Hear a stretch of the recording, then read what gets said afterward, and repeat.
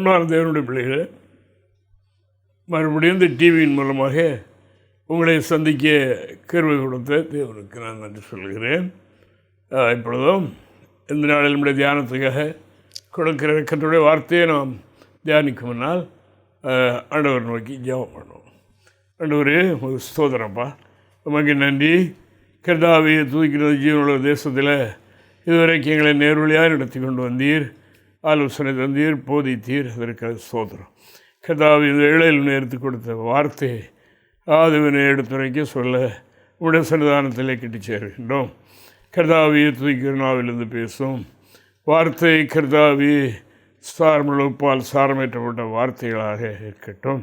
கர்த்தாவை இது அனுப்புன காரியமாக இந்த வார்த்தைகள் வாய்க்கட்டும். மக்களுடைய உள்ளங்களில் கர்த்தாவை பதிந்து செயல்படட்டும். அவையின் திருவசனத்தை கேட்கின்றவர்களாய் மாத்திரமல்ல, அதன்படி செய்கிறவர்களாகவும் இருங்கள் என்ற வார்த்தையின்படி கர்த்தர் கிரியை செய்யும். ஆசீர்வதியும் உடைய நாம மகிமைப்படட்டும். இயேசுவின் மூலம் ஜெபிக்கிறோம் பிதாவே, ஆமென். அன்பான தேவனுடைய பிள்ளைகளை, இந்த நாளிலும் நமக்கு தரப்போகிற வார்த்தைகள் என்ன என்று நாம் கவனிப்போம். ஆண்டவருக்கு ஸ்தோத்திரம். தேவனாகிய கர்த்தர் அவர்களுடைய வார்த்தையை முக்கியப்படுத்தி இருக்கின்றார். எதற்கென்றால் மனிதன், அதாவது தேவனுடைய வார்த்தைக்கு கீழ்ப்படிந்து கை கொண்டு அதனால் ஆசீர்வாதத்தை பெற்றுக்கொள்ள வேண்டும் என்பதே அவருடைய முழுமையான நோக்கம் என்று நாம் காணுகின்றோம். இங்கே ஒரு சம்பவத்தை நாம் பார்க்கின்றோம். தேவனுக்கு உகந்த அன்பாயிருந்த சீசர்கள் மீன்பிடி தொழில் நன்றாக தெரிந்தவர்கள், கடற்கூரை அறிந்தவர்கள். அவர்கள் அதாவது மீன்பிடிக்க சென்றார்கள். ராம் முழுவதும் பிரயாசப்பட்டார்கள், ஒரு மீனும் கிடைக்கவில்லை. காலையில் வெறும் படகோடு கரையில் வந்து வலைகளை அலசி கொண்டிருக்கின்ற நேரத்தில் இயேசு அங்கே பிரசன்னமானார். அங்கே பிரசன்னமாகி கடலோரமாய் வந்து கொண்டிருக்கும் போது அவரை பின்பற்றி திரளான ஜனங்களும் அவரை பின்பற்றி வந்து கொண்டே இருக்கின்றார்கள். இப்படி இருக்கும்போது அதாவது இங்கே 2 படகுகள் நின்றதாக பார்க்கின்றோம். அதில் ஒரு படகில் அவர் ஏறினார். அது பேதுருடைய படகாக இருந்தது. அந்த படகை சற்று உள்ளே தள்ளிவிடும்படியாக சொன்னார். அதிலிருந்து ஜனங்களுக்கு அவர் பிரசங்கித்தார். இப்போது மீன்பிடி இரவு முழுவதும் அவர்கள் பிரயாசப்பட்டு ஒன்றும் பெற்றுக்கொள்ளாமல் இருக்கிற நேரத்தில் ஆண்டவருடைய வார்த்தை உண்டாயிற்று. என்ன என்றால், படகை தள்ளி சமுத்திரத்துக்குள்ளே கொண்டு போய் ஆழத்தில் போட்டு மீன்களை பிடியுங்கள் என்று சொன்னார். அப்போது பேதுரு சொன்னார் ஆண்டவரிடத்தில், ஆண்டவரே, நாங்கள் ராம் முழுவதும் பிரயாசப்பட்டோம், ஒன்றும் அகப்படவில்லை.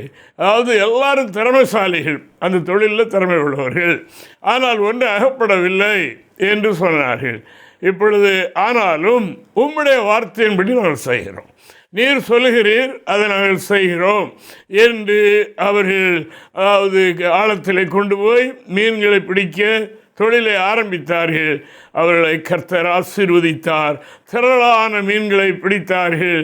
வலைகள் கிழியத்தக்கதாக நன்மை உண்டாயிற்று. இன்றும் நாம் கவனிக்க வேண்டிய காரியம் என்ன என்றால், நம்முடைய வாழ்க்கையிலே தோல்வியடைந்து குறைவுபட்டு தரித்திரமடைந்து ஐயோ ஒன்றும் கிடைக்கவில்லையே, மனைவி பிள்ளைகள் நான் என்ன கொண்டு கொடுப்பேன், என்ன அவர்கள் எதிர்பார்ப்பார்களே என்னெல்லாம் பலவிதமான எண்ணங்கள் மனிதனுக்கு ஏற்படுகின்றது. இவைகளில் இவன் செய்ய வேண்டிய காரியம் என்ன என்றால், ஆண்டவருடைய வார்த்தைக்கு செவி கொடுத்து அவைகளை செய்யும் போது அவனுடைய குறைவுகள் நிறைவாகும், அவனுடைய கையின் பிரயாசங்கள் ஆசீர்வதிக்கப்படும். கர்த்தர் அவனை மேன்மைப்படுத்துவார். வாசிப்போம். லூக்கா சுவிசேஷம் 5ஆம் அதிகாரம் 4 முதல் 6 வரைக்கும் உள்ள வசனங்களை நாம் பார்க்கலாம். அவர் போதகம் பண்ணி முடித்த பின்பு சீமோனை நோக்கி, ஆழத்திலே தள்ளி கொண்டு போய் மீன் பிடிக்கும்படி உங்கள் வலைகளை போடுங்கள் என்றார். அதற்கு சீமோன், ஐயரே, ராம் முழுவதும் நாங்கள் பிரயாசப்பட்டும் ஒன்றும் அகப்படவில்லை, ஆகிலும் உம்முடைய வார்த்தையின்படியே வலையை போடுகிறேன் என்றான். அந்தபடியே அவர்கள் செய்து தங்கள் வலை கிழிந்து போகத்தக்கதாக மிகுதியான மீன்களை பிடித்தார்கள். இதனுடைய காரணத்தை நாம் என்ன அறிகின்றோம்? ஆண்டவருக்கு எல்லாம் தெரியும். ஆனபடினால அவர் சொல்லும்போது, அவர் சொல்கிற வார்த்தையை மதித்து நடக்கும்போது, அதாவது கொஞ்சமல்ல, அறகுறையாய் அல்ல, நிறைவாய் மனிதனை பெற்றுக்கொள்கிறான் என்று நாம் காணுகிறோம். அவர்களோடு நின்று போகவில்லை, பக்கத்து படகுகாரர்களும் வந்து தங்கள் படகுகளை நிரப்பிக் கொண்டார்கள். அப்படிப்பட்ட ஒரு கால அளவுக்கு வந்திருக்கிறோம். அவர்தான் தேவன்.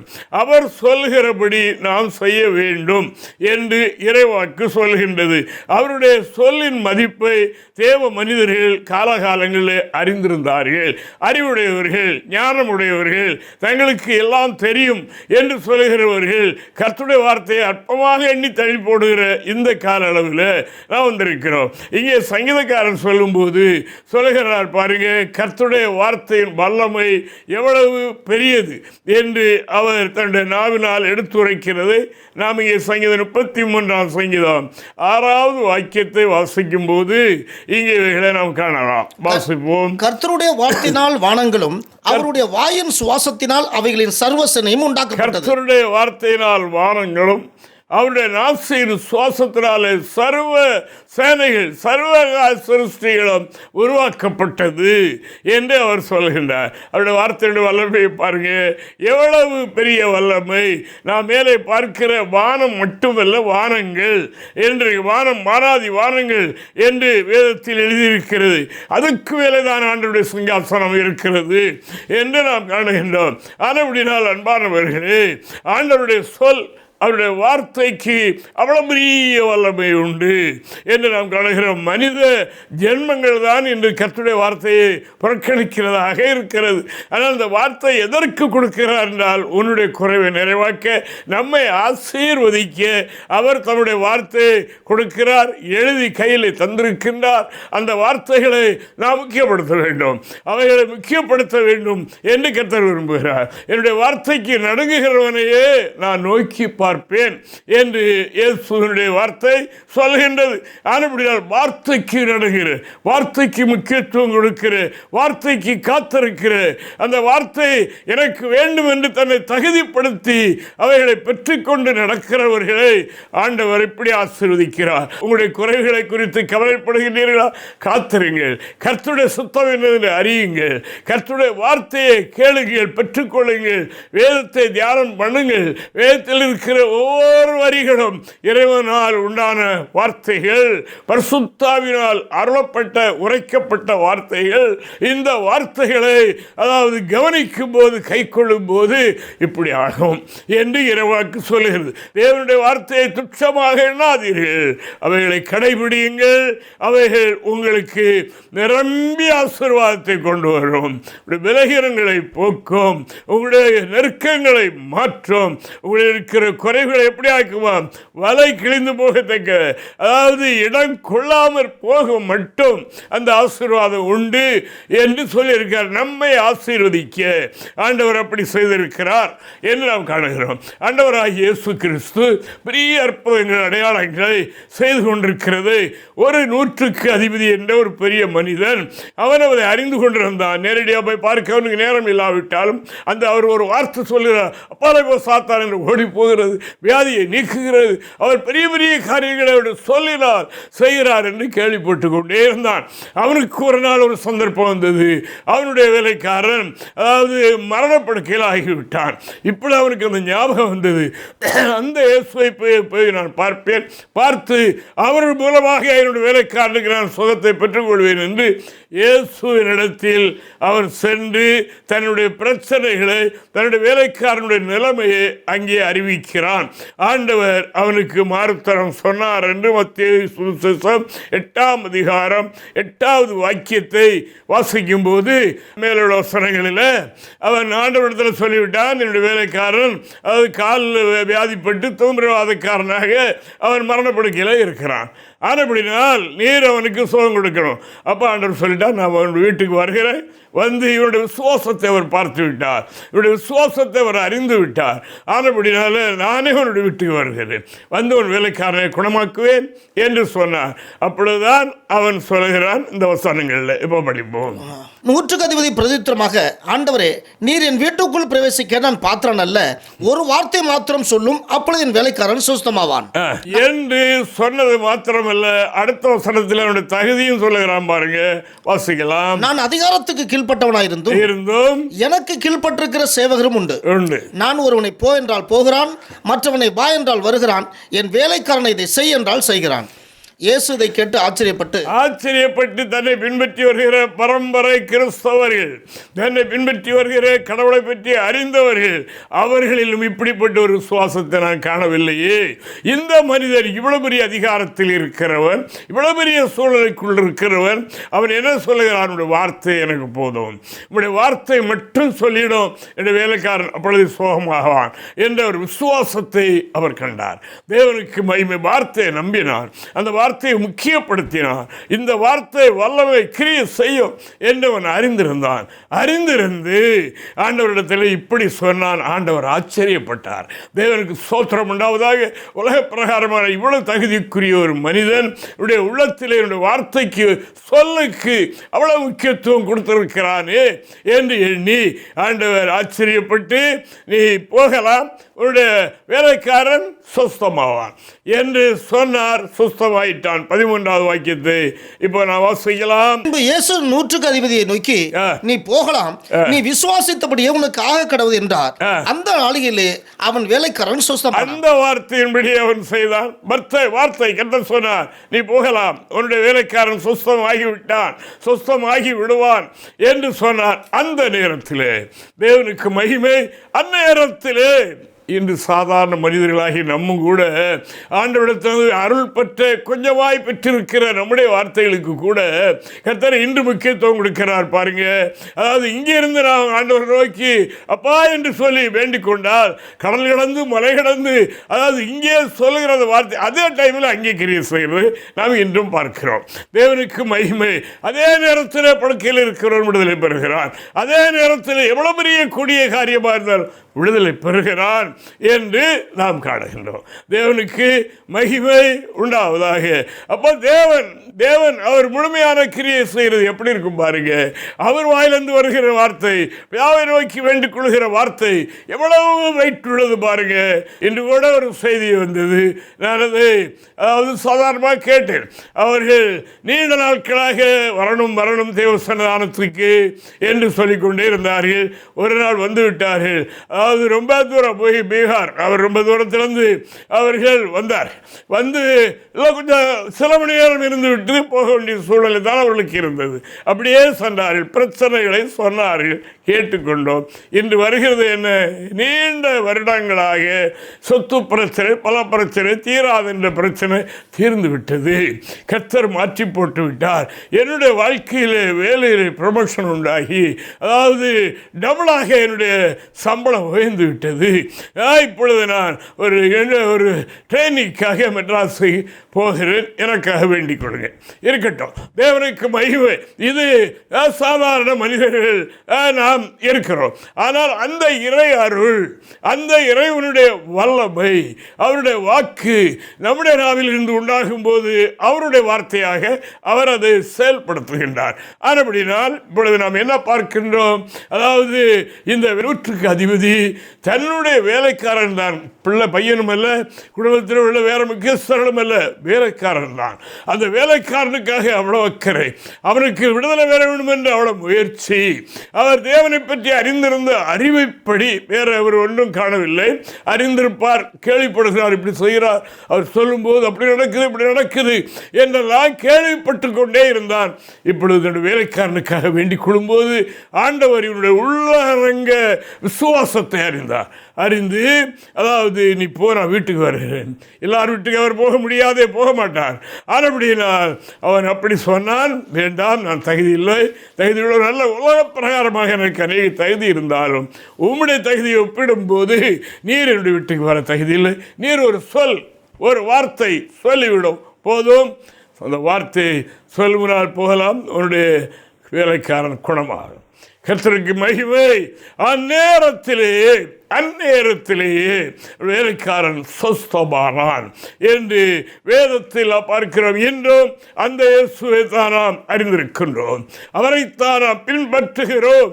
நமக்காக இருந்தாலும் சரி, அது நம்முடைய ஆளுகைக்குள் இருக்கிறவர்களாக இருந்தாலும் சரி, தெரிந்தவர்களாய் பழகினவர்களாய் இருந்தாலும் சரி, நாம் தேவனிடத்தில் காத்திருந்து அவருடைய சொல்லுக்காக, வார்த்தைக்காக காத்திருக்கும் போது அவருடைய வார்த்தை வெளிப்பட்டு விட்டால் உடனே அங்கே கிரியை நடக்கும் என்று நாம் விதத்தில் வாசிக்கிறோம். தேவனுடைய பரிசுத்த நாமத்திற்கு மகிமை உண்டாவதாக. சொல்லுகிறபடி செய்யணும். அதுதான் இயேசுவின் தாயார், அதாவது இயேசுவை அவர்கள் தன்னுடைய வயிற்றிலே உருவாக்குவதற்கு முந்தையே அவரை பற்றிய ரெவலேஷன் அவர்களுக்கு தான் உண்டு என்று நாம் காணுகிறோம். இவர் எப்படி உருவாகி வந்தார் என்றும் தெரியும். வீட்டில் பல வருஷங்கள், அதாவது அவர் அங்கே இந்த குடும்பத்தில் இருந்தார். அப்போ பல புதுமைகள் செய்திருக்கலாம். இப்படி இருக்கும்போது ஒரு கல்யாண வீட்டிற்கு அவர்கள் உறவு முறையாக இருக்கலாம் என்று தெரிகிற எங்கள் தாயாரும் அங்கே இருந்தார்கள் அந்த கல்யாண வீட்டில். ஆனபடினால் அங்கே குறைவு ஏற்பட்டது. குறைவு என்ன செய்ய முடியும்? பந்தி நடந்து கொண்டிருக்கிறது, ரசம் தட்டுப்பாடு ஆகிட்டு, அதாவது ரொம்ப கேவலம், அவமானம். அதாவது இப்படிப்பட்ட ஒரு ஃபங்க்ஷன் ஏன் நடத்த வேண்டும் என்ற பெரிய வாக்களை எழும்ப ஆரம்பித்துவிடும். கலங்குகிறார். இயேசு தாயார் ஓடி வந்து இயேசுவை பற்றி தெரிந்திருந்தபடினால் கேட்டார்கள், இப்படி இருக்கிறது, அது ஏதாவது செய்ய முடியுமா என்று கேட்டார்கள். ஆண்டவர் சொல்லிவிட்டார், பிதாவினிடத்திலிருந்து உத்தரவு வராமல் ஸ்திரீயே உனக்கும் எனக்கும் என்ன, என்னுடைய வேலை வரும்போது அது நடக்கும். அந்த அம்மா என்ன சொல்லிட்டு போனாங்க? காத்திருங்க, அவருடைய வார்த்தைக்காய் காத்திருங்கள், அவருடைய சொல்லுக்காய் காத்திருங்கள். அந்த சொல் அப்படி செய்யும், குறைவெல்லாம் நிறைவாக்கிவிடும் என்று சொன்னார்கள் என்று யோவான் 2ஆம் அதிகாரம் 5வது வாக்கியத்தை நான் வாசிக்கும் போது இப்படி நான் பார்க்கிறேன். அன்பான தேவனுடைய பிள்ளைகளே, பல தடவை நான் படிக்கின்ற சாதாரண வேத பாகம் இது. ஆனால் இன்று நம்மோடு இது பேசுகின்றது. நம்முடைய வாழ்க்கையில் இருக்கிற குறைவுகளை நீக்குகிறது. நீக்குவதற்கு காத்திருக்க வேண்டும், கர்த்தருடைய வார்த்தையை பெற வேண்டும், அந்த பிரகாரம் செய்ய வேண்டும். நம்முடைய குறைவெல்லாம் நிறைவாகிவிடும் என்று நான் பார்க்கிறோம். வாசிப்போம். அவருடைய தாய் வேலைக்காரரை நோக்கி, அவர் உங்களுக்கு என்ன சொல்லுகிறாரோ அதன்படி செய்யுங்கள் என்றாள் என்று சொல்லிவிட்டு போயிட்டாங்க. அதுக்கெல்லாம் ஒன்றும் செய்ய மாட்டார். அவருடைய சொல் வார்த்தை புறப்படுவதற்கு காத்திருங்கள், அவருடைய வார்த்தைக்கு எதிர்நோக்கி இருங்கள், காத்திருங்கள். அவர் என்ன சொல்கிறாரோ அப்படியே செய்யுங்கள்.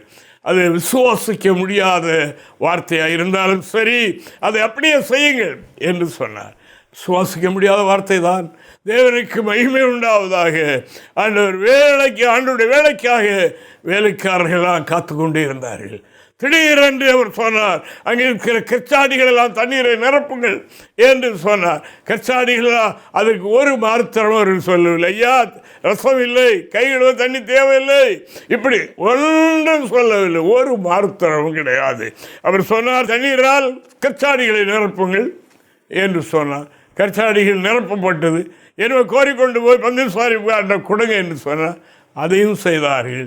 அங்கே ரசம், தண்ணீர், பச்சை தண்ணீர், வெறும் தண்ணீர் தித்திப்பான ரசமாக மாறிட்டு என்று நாம் காணுகிறோம். இப்படி கர்த்தருடைய வார்த்தை திடீர்னு உண்டாயிற்று. 2ஆம் அதிகாரம் 7-9 வரைக்கும் உள்ள வசனங்களை படிக்கும்போது இப்படி நாம் படிக்கிறோம். இயேசு வேலைக்காரரை நோக்கி, ஜாடிகளிலே தண்ணீரை நிரப்புங்கள் என்றார். அவர்கள் அவைகளை நிறைய நிரப்பினார்கள். அவர் அவர்களை நோக்கி, நீங்கள் இப்பொழுதும் உண்டு பந்தி விசாரிப்புக்காரிடத்தில் கொண்டு போங்கள் என்றார். அவர்கள் கொண்டு போனார்கள். அந்த திராட்சரசம் எங்கிருந்து வந்ததென்று தண்ணீர் மொண்ட வேலைக்காரருக்கு தெரிந்தது என்று பந்தி விசாரிப்புக்காரனுக்கு தெரியாததினால் அவன் திராட்சரசமாய் மாறின தண்ணீரை ருசி பார்த்த பொழுது மணவாளனை அழைத்து, எந்த மனுஷனும் முன்பு நல்ல திராட்சரசத்தை கொடுத்து ஜனங்கள் திருப்தி அடைந்த பின்பு ருசி குறைந்ததை கொடுப்பான், நீரோ நல்ல ரசத்தை இதுவரைக்கும் வைத்திருந்தீரே என்றான். தேவனுக்கு மகிமை உண்டாவதாக. இந்த கிரியை கர்த்தர் நடப்பிப்பதற்கு அவருடைய வார்த்தையை காத்திருந்து பெற்றுக்கொள்ளணும். தேவனுடைய வார்த்தை உண்டாயிட்டால் அவைகளை கை கொள்ளணும்.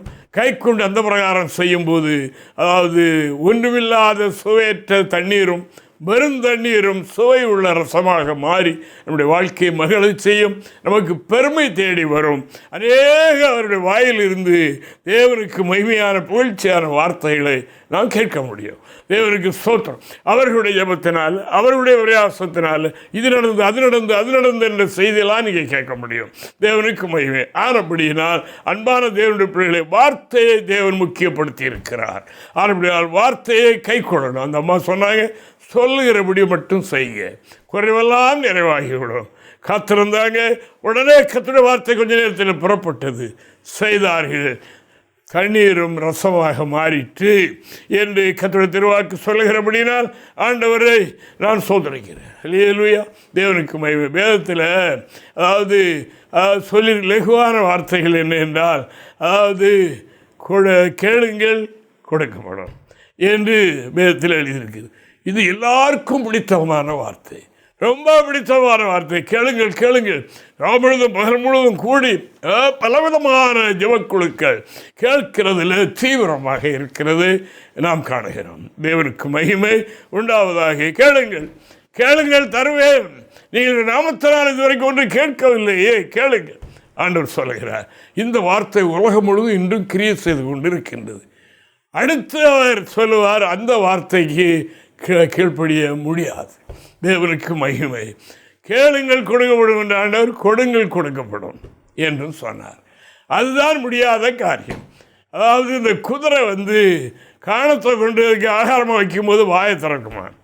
அவன் அதை வண்டியில் பூட்டி வாயை கடிவாளத்தை போடுனால் கடிவாளத்துக்கு வாயை திறக்காதான், வாயை மூடிக்கொள்ளுவான், கடிவாளத்தை ஏற்றுக்கொள்ள மாட்டேன்.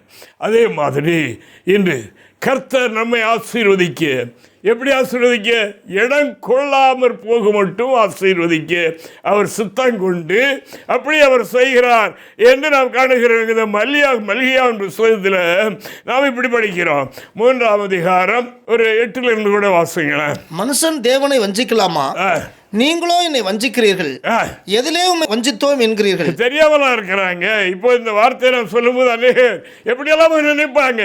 உங்களுக்கு தெரியணுமே, நீங்கள் அதை அறியணும். எதில் வஞ்சித்தோம், எதில் நம்ம கோபப்படுத்தணும், ஏன் என்னுடைய கையின் பிரயாசம் நஷ்டமாகுது, ஏன் எனக்கு ஆசீர்வாதம் இல்லை என்று தெரியவில்லை அல்லவா?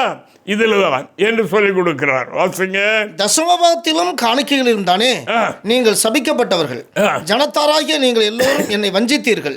என் ஆலயத்தில் ஆகாரம் உண்டாயிருக்கும்படி தசமபாகங்களை எல்லாம் பண்டகசாலையிலே கொண்டு வாருங்கள். அப்பொழுது நான் வானத்தின் பலகணிகளை திறந்து இடங்கொள்ளாமற் போக மட்டும் உங்கள் மேல் ஆசுவாத்தை வரிசைக்க மாட்டேனோ என்று அதனால் என்னை சோதித்து பாருங்கள். இந்த வார்த்தை தருகின்றார். எதற்காக? நீ இப்படி அன்றாடு தரித்திரப்பட்டு இருக்க வேண்டும் என்பது என்னுடைய சுத்தம் அல்ல. அதாவது உன்னுடைய வீட்டில் இடங்கொள்ளாமற் போக மாட்டோம், ஆசீர்வாதம் பெற்றுக்கொள்ள வைப்பதற்குத்தான் நான் இந்த கட்டளை விட்டிருக்கிறேன், இந்த வார்த்தையை சொல்லி இருக்கிறேன். அப்படினாலே அந்த பேதுரு சொன்னது போல நீர் சொல்லுகிறபடி உம்முடைய வார்த்தையின்படி செய்கிறேன் என்றார். அப்படினால் அவருடைய வார்த்தையின்படி யார் செய்கிறார்களோ அவருடைய வாழ்க்கையிலே இடங்கொள்ளாமற் போக மட்டும் ஆசீர்வாதத்தை வர்ஷிப்பாராம். தேவனை மனிதன் அதாவது சோதிக்கக்கூடாது என்று எழுதியிருக்கு. இந்த இடத்துல சோதிக்கும்படி எழுதியிருக்கிறது. தேவனுக்கு மகிமை. அப்படினால் இதை கை கொண்டு இந்த வார்த்தையின்படி செய்து நான் உன்னை ஆசீர்வதிக்கிறேனோ இல்லையோ என்று என்னை சோதித்து பாருங்கள் என்று மனிதன் அல்ல, சேனைகளின் தேவனாகிய கர்த்தர் சொல்லுகிறார் என்று வேதம் சொல்லுகின்றது. அப்படினால் இன்று மனிதர்கள் இந்த இடத்துக்கு போகிறது இல்லை என்று நாம் காணுகிறோம். அதைத்தான் சத்துரு விட மாட்டான், அதை செய்ய விட மாட்டான், செய்தால் மனப்பூர்வமாக செய்ய விட மாட்டான், அதை செய்தால் முழுமையாக செய்ய விட மாட்டான், அறகுறையாக அப்படி விட்டு விடுவார். அதனால் ஆசீர்வாதம் இல்லை. உற்சாகமாக கொடுக்கிறவனிடத்தில் தான் பிரியமாக இருக்கிறார் என்று சொல்லி உற்சாகம் இல்லாமல் ஐயோ இப்படி அது அந்த செலவு இந்த செலவு அதெல்லாம் இருக்குது. கடவுளுக்கு செய்கிற காரியங்கள் அவர் சொல்லுகிறபடி எழுதி தந்திருக்கிறபடி அதை யார் செய்கின்றார்களோ அவர்களுக்கு என்ன இருக்குமா? இடம் கொள்ளாமல் போக மட்டும் ஆசீர்வாதம் தேவனிடத்திலிருந்து வரிசைக்கப்படும். சத்தியமாக இது சத்திய வாக்கு என்று நாம் காணுகின்றோம். தேவனுக்கு மகிமை. ஒரே ஒரு வார்த்தையை நான் சொல்லுகிறேன் உங்களுக்கு. தேவனுக்கு மகிமை உண்டாவதாக. ஆபிரகாமுடைய சகோதரன் லோத்துடைய குடும்பத்தை அவனுடைய உடமைகள் மனைவி பிள்ளைகள் எல்லாவற்றையும் பிடித்து கொண்டு போய்விட்டான் ராஜா. அவைகளை கொண்டு போய்விட்டான். அது செய்தி கிடைத்தவுடனே இவர் தன்னுடைய ஆட்களை கொண்டு போய் அவனை முறியடித்து அதாவது திரும்ப அவருடைய உடைமைகள் எல்லாம் அவருடைய பிள்ளைகள் மனைவி பிள்ளைகள் எல்லாத்தையும் திருப்பி கொண்டு வருகிற வழியிலே மெல்கிசேதேக்கு இவரை சந்தித்தார். தேவனுக்கு மகிமை உண்டாவதாக. இந்த ஆசாரியன் அவரை சந்தித்து அவருக்கு அப்பமும் ரசமும் கொடுத்தார். என்று எழுதியிருக்கிறது. தேவனுக்கு மகிமை. இந்த ஆசாரியனுக்கு ஆபிரகாம் என்ன செய்தார்? தசமபாகம் கொடுத்தார் என்று எழுதியிருக்கிறது. ஆனபடினால் இந்த ஆபிரகாம் இடங்கொள்ளாமல் போக மட்டும் உள்ள ஆசீர்வாதத்தை பெற்ற ஒரு சீமான், ஒரு பெரிய ஜமீன் என்று நாம் அறிவோம். தேவனுக்கு மகிமை உண்டாவதாக. எப்படி? அவர் தேவ சொல்லுக்கு கீழ்ப்படுது. அவர்களுக்கு வேதம் கிடையாது, அவர்களுக்கு இந்த வார்த்தையெல்லாம் அது கிடையாது, அந்த காலத்தில் உள்ளது. அவர்கள் அந்த பிரமாணத்தை எப்படி கை கொண்டார்கள் என்று நாம் காணுகின்றோம். வாசிக்கலாம். மல்கியா 3ஆம் அதிகாரம் 10வது வாக்கியத்தை வாசிப்போம். என் ஆலயத்தில் ஆகாரம் உண்டாயிருக்கும்படி தசமபாகங்களை எல்லாம் பண்டகசாலையிலே கொண்டு வாருங்கள். அப்பொழுது நான் வானத்தின் பலகணிகளை திறந்து இடங்கொள்ளாமற் போக மட்டும் உங்கள் மேல் ஆசீர்வாதத்தை வர்ஷிக்க மாட்டோம் என்று அதனால் என்னை சோதித்து பாருங்கள். இந்த பிரமாணத்துக்குள்ளே கொண்டு வருகிறார். ஏன் கொஞ்சம் கூடுதலா, வானத்தின் பலகணிகளை திறந்து இடங்கொள்ளாமற் போக மட்டும் ஆசீர்வாதத்தை வர்ஷிக்க மாட்டேனோ இல்லையோ என்று சோதித்து பாருங்கள். சேனைகளின் கர்த்தர் சொல்கிறார். அருமையானவர்களே, வார்த்தையை கவனிப்போம். நாம் இந்த வார்த்தையை அறிந்திருந்தாலும் இதை ஒதுக்கி வைக்கிறோமா? இப்படி செய்ய எனக்கே பற்றாக்குறையாக இருக்கிறதே என்று மலைகிறோமா? ஆண்டவருடைய கட்டளை நீங்கள் செய்யுங்கள், நான் உங்களை ஆசீர்வதிப்பேன். எனக்கு ஒன்று தேவையானால் உங்களிடத்தில் தான் நான் கேட்க வேண்டுமா? நான் எடுத்துக்கொள்ள முடியாதா? எதற்காக கேட்கிறேன் என்றால் உங்களை ஆசீர்வதிக்க. நீங்கள் இப்படிப்பட்ட ஆசீர்வாதத்தை நிறைவாய் பெற்று அனுபவிக்க வேண்டும், உலகத்துக்கு நீங்கள் என்னுடைய மகத்துவத்தை காட்ட வேண்டும் என்று சொல்லி இவைகளை எழுதி தந்திருக்கிறேன். வார்த்தைக்கு செவி கொடுங்கள், வார்த்தையின்படி செய்யுங்கள், வார்த்தையை கை கொள்ளுங்கள். அப்பொழுது தேவன் உங்களை நிறைவாய் ஆசீர்வதிப்பார். அல்லேலூயா. 100 அதிபதியுடைய விசுவாசம் நமக்குள்ளே வரட்டும். தேவனுக்கு மகிமை. அந்த கல்யாண வீட்டில் உள்ள வேலைக்காரர்கள் அந்த அம்மாவுடைய சொல்லை கேட்டு காத்திருந்தார்கள். இயேசுவின் தன்மையை தெரிந்தவர்கள் சொல்லும்போது கேளுங்கள், கேட்டு அவைகளை கை கொள்ளுங்கள். கை கொள்ளும்போது பச்சை தண்ணீரும் ரசமாக மாறிவிடும் என்று வேதம் சொல்லுகிறபடினா ஆண்டவரை நான் சோதரிக்கிறேன். தேவனுடைய பரிசுத்த நாமம் மகிமைப்படுவதாக. கர்த்தர் உங்களை ஆசீர்வதிப்பாராக. அப்படினால் வேதத்தில் சொல்லி இருக்கின்றது, நீ கை கொண்டு என்னை சோதித்துப்பார். அந்த கை கொள்ளுகிறதிலேயும் முறுமுறுப்பில்லாமல், அறகுறை மனதாக இல்லாமல், ஐயோ இப்படி செய்ய வேண்டியது இருக்கிறதே என்று எண்ணாமல் மனப்பூர்வமாக முழுமையாக செய்வீர்கள் என்றால் கர்த்தர் உங்களுக்கு இடங்கொள்ளாமல் போக மட்டும் ஆசீர்வாதத்தை தருவார். அது மட்டுமல்ல, வானத்தின் பலகணிகளையே திறந்து ஆசீர்வாதத்தை கொட்டுவார் என்று வேதம் சொல்கிறது. யாருக்கென்றால் தேவனுடைய வார்த்தையின்படி செய்கிறவர்களுக்கு. பேதுரு அப்படி செய்து வலை கிழிந்து போகத்தக்க இடம் உள்ள இல்லாத அளவுக்கு ஆசீர்வாதத்தை பெற்றுக்கொண்டார் என்று வேதம் சொல்கிறபடினா நாமும் அப்படி செய்து தேவாசீர்வாதத்தை பெற்றுக்கொள்வோம். கர்த்தர் அனைவரையும் ஆசீர்வதிப்பாராக. ஜெபம் பண்ணுவோம். ஆண்டவரே ஸ்தோத்திரப்பா. நன்றி கர்த்தாவே, நன்றி கர்த்தாவே. நீர் கொடுத்த வார்த்தைகளை சொல்ல கிருபை செய்து இதை கர்த்தாவே பிடித்தமாவை போல ஒப்ப பண்ணட்டும். இந்த வார்த்தையை பிறவி எல்லா உள்ளங்களிலும் செயல்படட்டும். சாரமுள்ளப்பாக அது இருக்கட்டும். நன்மை செய்யும் சுவாமி. தேவனே சோதரன் கிருபையாயிரும். கடைசி காலம் நம்முடைய வார்த்தையை புறக்கணிக்கப்படுகிற காலமாக இருக்கிறது. வார்த்தையை மக்கள் கைக்குள்ள மறுக்கிற காலமாக இருக்கிறது. இது சாத்தானுடைய ஒரு கிரியை நாங்கள் காணுகின்றோம். நம்முடைய வார்த்தையை மதித்து கை கொண்டு இந்த நிறைந்த ஆசீர்வாதத்தை மக்கள் பெற்றுக்கொள்ள கிருபை செய்யும். எப்படி நம்முடைய ராட்சியத்திற்கு தகுதிப்படுத்தும் கிருபையாரும் தாங்கும். இயேசுவின் மூலம் ஜெபிக்கிறோம் பிதாவே. ஆம்.